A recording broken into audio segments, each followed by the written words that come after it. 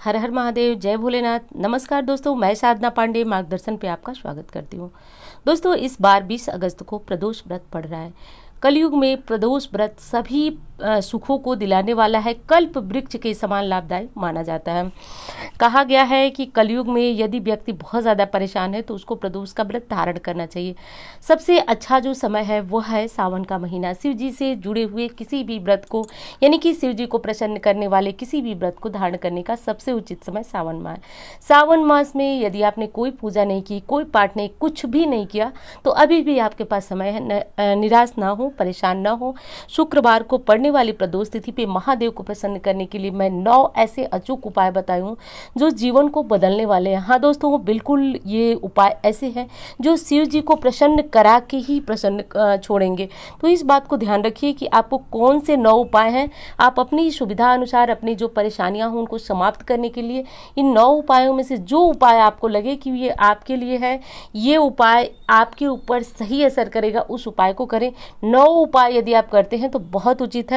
देखिए दोस्तों, प्रदोष कोई साधारण व्रत नहीं है जो सिर्फ कहें और ये इसका प्रभाव समझ जाए।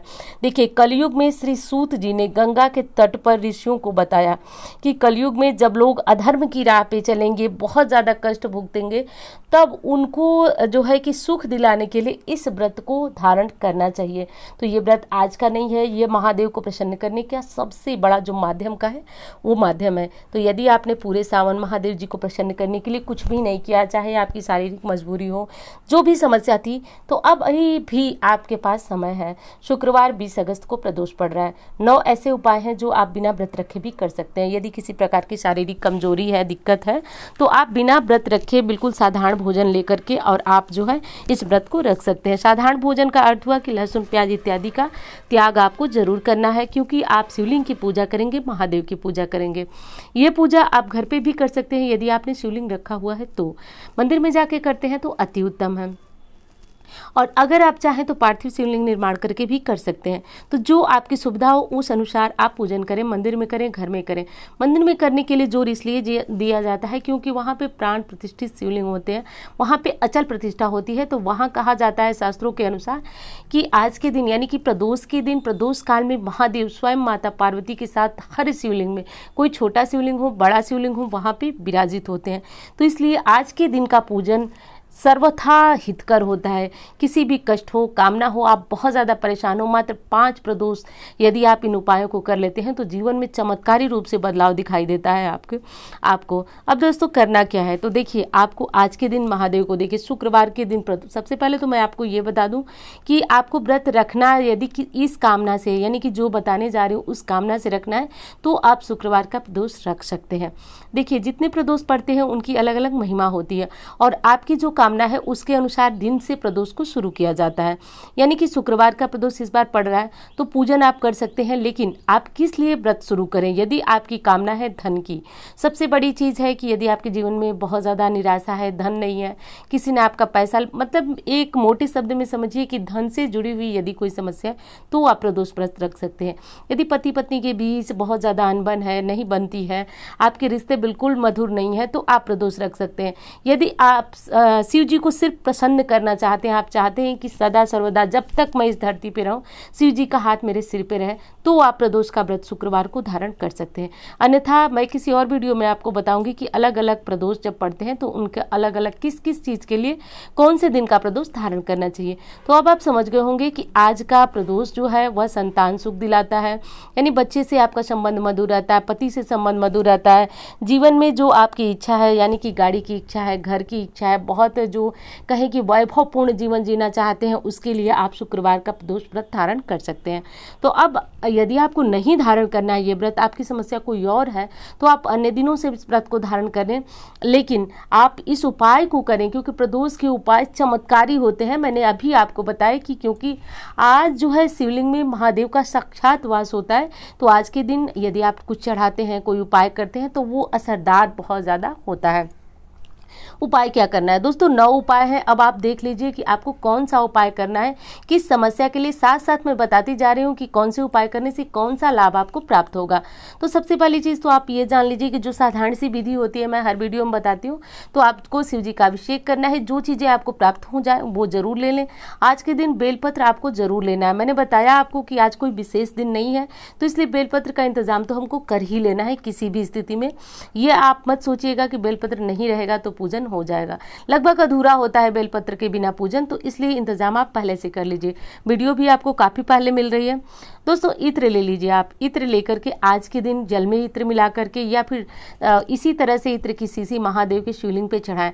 ऐसा करने से आपके जीवन में धन संबंधी समस्या दूर होती है, पति पत्नी के रिश्ते मधुर होते हैं, वैभवपूर्ण जीवन जो कि आपने सिर्फ कल्पना की थी, अब तक आपने सिर्फ सोचा था कि आपको बहुत सारे पैसे चाहिए, गाड़ी चाहिए, बहुत सारी ज्वेलरी चाहिए।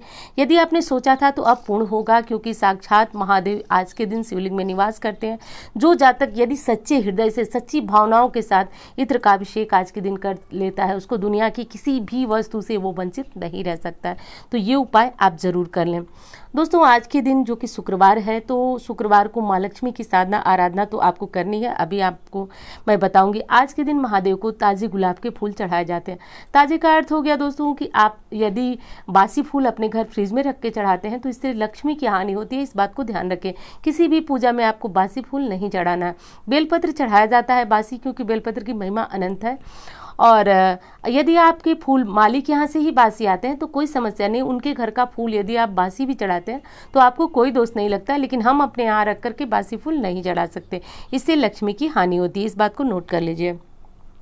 दोस्तों आज के दिन जब आपने प्रदोष काल में महादेव की पूजा की, आराधना की, एक चीज़ और बता दूं आपको, प्रदोष काल का समय, बहुत लोग इस बारे में दुविधा रहती है, प्रश्न भी आएंगे मुझे पता है। तो देखिए लगभग सूर्यास्त का समय देख लीजिए और 45 मिनट पहले से 45 मिनट बाद तक का जो समय होता है वो प्रदोष काल के अंतर्गत आता है। इस समय आप महादेव की विधिवत पूजा करें, आराधना करें।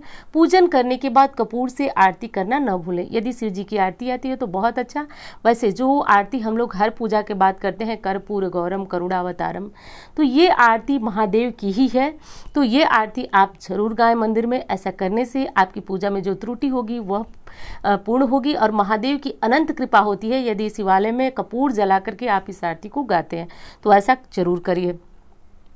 अब बात कर रही थी दोस्तों कि जब आप महादेव की पूजा कर लें, आराधना कर लें, प्रदोष काल के बाद घर आए तो लाल रंग का वस्त्र धारण करें। यदि आपने लाल रंग का वस्त्र नहीं मिल पा रहा है तो कोई समस्या नहीं, आप जो भी वस्त्र धारण किए कोई बात नहीं, आप लाल रंग का आसन जरूर लें। लाल रंग का आसन ले लें। माँ लक्ष्मी को आज के दिन गुलाब के फूल चढ़ाएं, इत्र चढ़ाएं।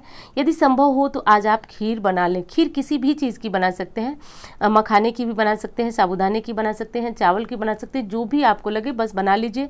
और यदि आपके जीवन में धन संबंधी समस्या चल रही है, आपका दुकान नहीं चल रहा है, आपका व्यवसाय नहीं चल रहा है, या फिर आपको मतलब धन के लिए आप बहुत ज़्यादा परेशान हैं, बार बार पैसे के बारे में सोचते रहते हैं, तो दोस्तों ये इतना मुश्किल काम भी नहीं है। यदि आप कोई उपाय करेंगे तो माँ लक्ष्मी जरूर प्रसन्न होंगी, ये मेरा विश्वास है। अब आपको करना यह है कि वहाँ पे दीपक जला लें, गाय के घी का, तिल के तेल का, जो भी आपको उपलब्ध हो जला लें। और जो चीज़ें मैंने बताई, माँ लक्ष्मी को गुलाब का फूल और इत्र काफ़ी पसंद है, ये चढ़ाएं, खीर का भोग लगाएं।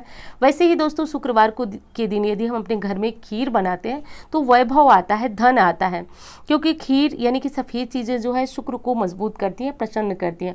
और जिस व्यक्ति के जीवन में उसकी कुंडली में शुक्र मजबूत होता है उसके पास वैभव अपने आप ही आ जाता है। माँ लक्ष्मी को भोग लगा करके 11 पाठ जो है, चाहे कनकधारा स्तोत्र का करें, चाहे श्री सूक्त का करें, आप देखेंगे जीवन में किस प्रकार बदलाव आता है। क्योंकि सावन का शुक्रवार जो कि अंतिम शुक्रवार है, ये काफ़ी महत्वपूर्ण है, इसलिए इस उपाय को आज के दिन करना न भूलें। अब दोस्तों अगला उपाय आपको ये करना है कि अब आपको 12 ज्योतिर्लिंगों का नाम, जो कि सभी लोगों को पता होगा, नहीं पता है तो आप जो है कि यदि धार्मिक चीज़ें देखते हैं, पुस्तकें रखे हैं तो उसमें आपको मिल जाएगा, और या तो फिर आप गूगल से भी इस चीज़ को सर्च कर सकते हैं। 12 ज्योतिर्लिंगों का नाम लेते हुए आप कहीं भी किसी भी शिवालय में यदि आप पूजन करते हैं तो आपको ज्योतिर्लिंग के पूजन का लाभ प्राप्त होता है, क्योंकि आज के दिन जो है प्रदोष का दिन है, काल प्रदोष काल है। तो इसलिए 12 ज्योतिर्लिंगों का नाम लेते हुए आज के दिन पूजन करें, महादेव को प्रसन्न करें। इस बात का ध्यान रखें कि आपको पूरी श्रद्धा और भावना से आंखें बंद करके और नाम लेना है। भले ही आप वहाँ नहीं गए, आपने फोटो में ही देखा है, दर्शन किया है, तो वहाँ पे के स्मरण करें, ध्यान करें दोस्तों, वो ज्योतिर्लिंग के समान आपको लाभ होता है, चाहे एक छोटे से मंदिर में ही आप बैठ कर के पूजन करते हो। इस बात का ध्यान रखें। अपनी यदि कोई कामना है तो आज के दिन इसी जो ज्योतिर्लिंगों का ध्यान करते हुए, स्मरण करते हुए महादेव का पूजन अभिषेक करेंगे तो निश्चित रूप से कामनाएं पूर्ण होती हैं। क्योंकि दोस्तों 12 ज्योतिर्लिंग जो है वो कोई साधारण चीज़ नहीं है। वहाँ पे शिव जी ने स्वयं प्रकट, मतलब शिव जी स्वयं प्रकट हुए, तो वो चीज़ साधारण हो ही नहीं सकती। इस बात का ध्यान रखें। हरे मूंग की दाल यदि आज के दिन शिवलिंग पे चढ़ाया जाता है, यानी कि हरे मूंग की दाल जो है, हरे मूंग जो साबुत मूंग होते हैं उनको कच्चा बिल्कुल भी आपको नहीं चढ़ाना है। उनको सुबह ही आपको पानी में डाल करके भिगा लेना है। भिगाने के बाद इसको शिवलिंग पे अर्पित करना है। ऐसा करने से असंभव कामनाएं पूर्ण होती है। यदि 11 प्रदोष, चाहे जो भी दिन पड़े, जो भी आपकी कामना हो, लेकिन 11 प्रदोष आपको ये चीज़ अर्पित करनी है। हरे मूंग आपको सुबह भिगोना है और शाम को शिवलिंग पे अर्पित करना है। इससे असंभव से असंभव कामनाओं की पूर्ति होती है। एक चीज़ मैं बताऊंगी आपको, राम नाम लिखा हुआ बेलपत्र, जो कि मैं आपको हमेशा बताती हूँ। आपको लगता भी होगा कि मैं एक ही बात बता रही हूँ, लेकिन दोस्तों ये ब्रह्मास्त्र है, तो मैं इसको कैसे छोड़ सकती हूँ। मुझे कुछ नया नहीं लाना है, मुझे ये लाना है जिससे आपका कल्याण हो। आपका ज़रूर से कुछ न कुछ जो जीवन में चल रही समस्याएं हों वो ख़त्म करना है, और इसके लिए मैं ये उपाय आपको ज़रूर बताऊंगी। आज के दिन कम से कम 21 पत्ते ले लें, 11 पत्ते ले लें, नहीं हो तो 5 पत्ते ले लें, राम नाम लिख करके और शिवलिंग पे अर्पित करें। दोस्तों ये साधारण उपाय नहीं है, मैं फिर बता रही हूँ आपको, तो इस काम को करना न भूलें। आज के दिन शिव मंदिर में डमरू शिव जी को अर्पित करना बहुत अधिक श्रेष्ठ माना जाता है। दोस्तों डमरू जो कि शिव जी के हाथ में रहता है, आजकल तो मंदिरों में नहीं दिखाया जाता है, नहीं दिखाई दे रहा है डमरू, लेकिन जो पहले मंदिर हुआ करते थे उसमें भोग के समय शिव जी को डमरू जरूर बजाया जाता था। तो यदि आप डमरू शिव जी को आज के दिन यानी कि सावन में यदि आपको नहीं मिल पाता है तो आप किसी अन्य दिन भी दे लें, लेकिन शिव मंदिर में डमरू जरूर शिव जी को अपना पूजा करें, थोड़ी देर बजाएं और वहीं कहीं कोने में रख के और चले आएं। ऐसे करने से जीवन में आने वाली समस्त बाधाएं, समस्त समस्याएं समाप्त होती हैं। डमरू वैसे आपको अगर आपके आसपास कहीं दुकान हो तो मिल जाएगी, लेकिन मिलता नहीं है, मुझे भी नहीं मिला। ऑनलाइन यदि आप चाहें तो आपको बड़ी आसानी से डमरू मिल जाएगा, तो आप वहाँ से ले लें। अब अगला उपाय है दोस्तों जो कि आपको ध्यान रखना है। उपाय क्या है दोस्तों कि यदि आपके आसपास कोई शिव मंदिर हो, आप वहां जा करके थोड़ी भी साफ सफाई कर सकते हैं, तो इस उपाय को ब्रह्मास्त्र कहा जाता है। दोस्तों गीता में भी कहा गया है कर्मण्येवाधिकारस्य मा फलेषु कदाचन। तो कर्म करना जो है ऐसा है कि जो आपको सभी फलों की प्राप्ति कराता है। तो यदि आप शिव मंदिर की सफाई करते हैं तो आपको भी नहीं पता कि आप कितने पुण्य के भागीदार होते हैं।